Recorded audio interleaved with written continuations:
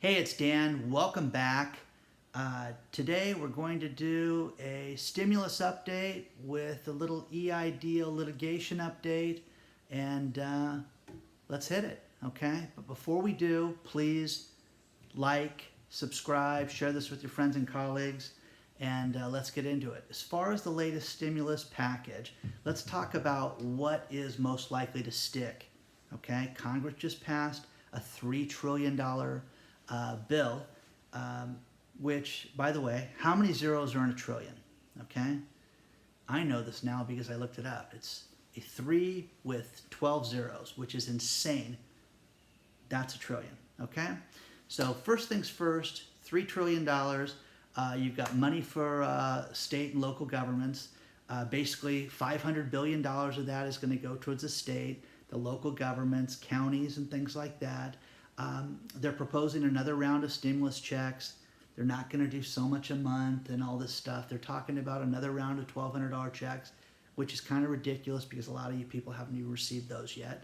They've talked about extending the unemployment benefits and the self-employed employment benefits through January 31st of next year. You've heard, different sides, political opinions about having a scaled model. And again, this thing is a long way from being totally agreed to, but they're getting close to it. You're also talking about $10 billion for additional grants, like the EIDL shenanigans that none of us seem to get.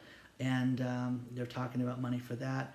$25 billion for the Postal Service, which they deserve because they do such a fantastic job at the USPS. I'm kidding. COBRA subsidies, people that lose their insurance and need to pay COBRA, that would be good. Plus, reinstate some of the state and local taxes they call the SALT deductions that were eliminated. All this must be approved through the Senate before anything is concrete. Mitch McConnell has already said whatever the next stimulus package is going to be the last stimulus package. So again, this gets back into running your business, guys, okay? I talk about EIDL and, get 20,000 views. It's crazy that we talk about running your business and people don't want the advice. So do what you can do. It's time to start getting ready to run the business, because regardless of whatever they come up with, I truly believe this is going to be the last time that we're going to see any of this stuff. So let's get into the EIDL. Ever since the EIDL grant program started, there has been problems with it. And there has been litigation. There's been lawsuits. There's basically three main lawsuits. There's a lot of them, dozens, hundreds, whatever. But there's three main lawsuits that are going on right now.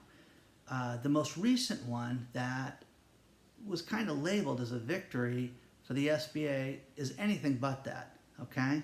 There's a case in Nevada where an individual, his business, filed a lawsuit and filed a temporary restraining order to get injunctive relief to have the SBA pay the $10,000 grant for the EIDL grant that he applied for. Now, the restraining orders are issued by a court to protect a person, from physical abuse,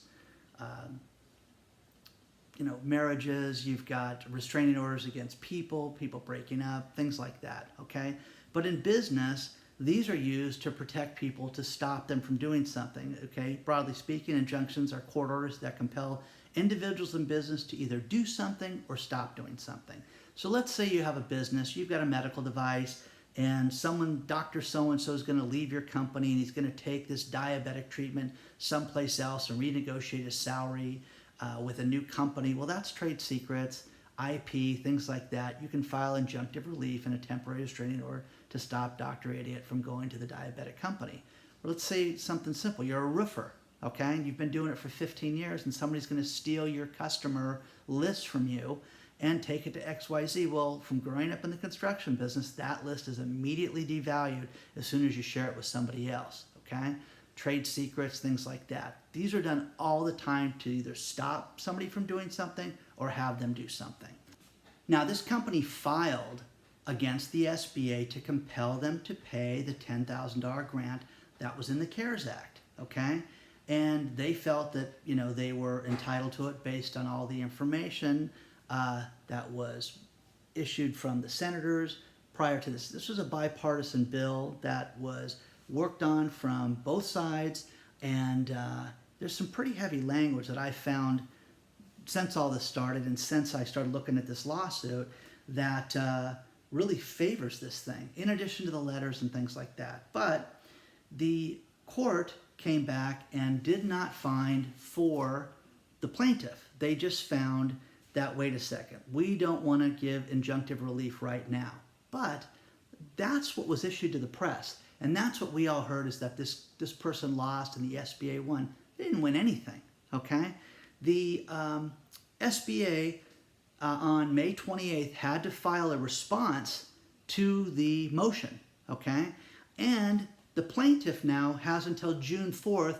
Once the SBA files their response, the plaintiff has until June 4th to answer that. And then the court has already agreed to hear oral arguments on June 12th of this month. So the advantage to that is we're going to see this get played out in the court, okay? And you're going to see both sides come through. The SBA is going to have to answer all the questions in regards to what a mess the EIDL program is, okay? For example, how many loans have been made? Who have the loans been made to? When were the loans made? Were they taken out of order? Remember, these are things that normally they give that information out, and we're not getting any of that stuff right now. So we're going to get all that stuff. What about the $2.775 billion that they were given in administrative costs, and they can't fund you your 25 grand? What about all the letters from the congressmen and the senators and everything stating that this money is supposed to be given out to us? Now, the intent of Congress, and when I've talked to attorneys, they've said, wait a second, this was intended to give people $10,000. Now, someone like me, I asked for the $10,000 grant, and they haven't given that.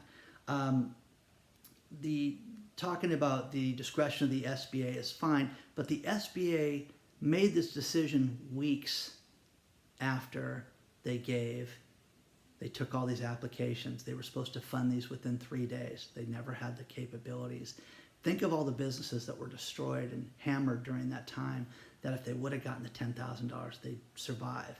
I mean, I've seen some of the comments, and these people would have been in business during this time, and basically $10,000 would have been a lifeline for some of these people, okay?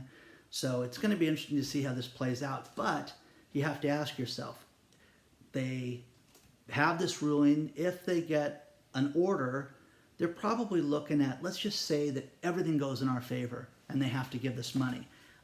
From the attorneys I've talked to, they were talking about, well, this would get ruled on for August, okay? So if you got your $10,000 in August, would that really make a difference for your company? Because, man, that's 2 months from now, okay? Plus, okay, that's if everything goes perfect, okay? So you've got to file you've got to ask them for reconsideration. You can get reconsideration on your loan if you have a cosigner. You can go to the SBA if you have somebody involved in your business that will sign for that loan. But think about this. That loan is a 30-year loan, and that person's going to have it on their credit. So it better be something that this is really going to fix your company and make a big difference. And again, the questions that you probably don't want to look at, where's your company going to be 6 months from now? Where's it going to be a year, 5 years? Where the hell is it going to be in 30 years from now? None of us know that, okay? So think about that.